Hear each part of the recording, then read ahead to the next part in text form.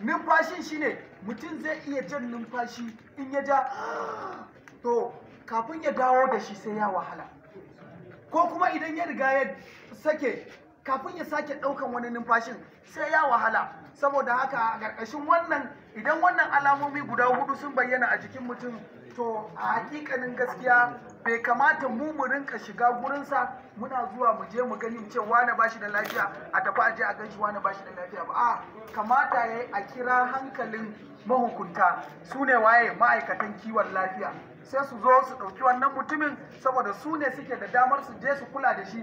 Saboda idan an bar shi a gida, idan aka ce naira 10 zai yi magani a mutum ɗaya, sai aka samu mutum 10 sun kamu a gidan, sai an kashe nawa? Naira 100. Kaga wannan bai amfanu ba, ba a amfana da abin da ake da shi na ilimi ba. Saboda haka idan an ga mutum yana da irin wannan abun, dole ne a yi kokari a ga cewar an ɗauke shi an kai shi asibiti, an kira malaman lafiya domin su duba shi. Sa'annan ya ake yada wannan cuta? Wannan cutar ta yaya yake shiga jikin mutum? Shi ciwon nan yana shiga jikin mutum ne akasari ta hanyar wani abu da yake ruwa-ruwa. Yanzu a nan idan na tambaye mu na ce akasari yana faruwa daga abin da ake amfani da shi na ruwa-ruwa, menene a jikinmu? Akwai majina, akwai yawu, akwai gumi, akwai hawaye, kai uwa uba akwai maniyyi. Ko ba haka bane?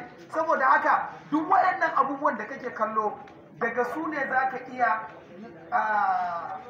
yada ciwon a cikin al'umma. Ta yaya? Idan kasancewar za ka yi tari, in mutum ya yi tari ya kamata ya yi me? Ya yi haka ko? Haka muke yin tari ai ko? To a wannan karan gaskiya yin tari haka kuskure ne. Ka sa hannunka a bakinka haka don ka yi tari. Idan ka yi tari, kai da kanka idan ka yi tari za ka ji kamar hannunka ya ɗan yi jika-jika.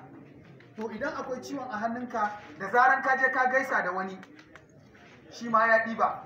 Idan ya ɗiba ya tafi da shi, shi ma bai sani ba, ya je ya gaisa da wani, wancan ya ɗiba. Muka je kuma sai muka zama cewar mun ta'allaka akan wasu al'amurori da ba ma iya yi. Kuma wannan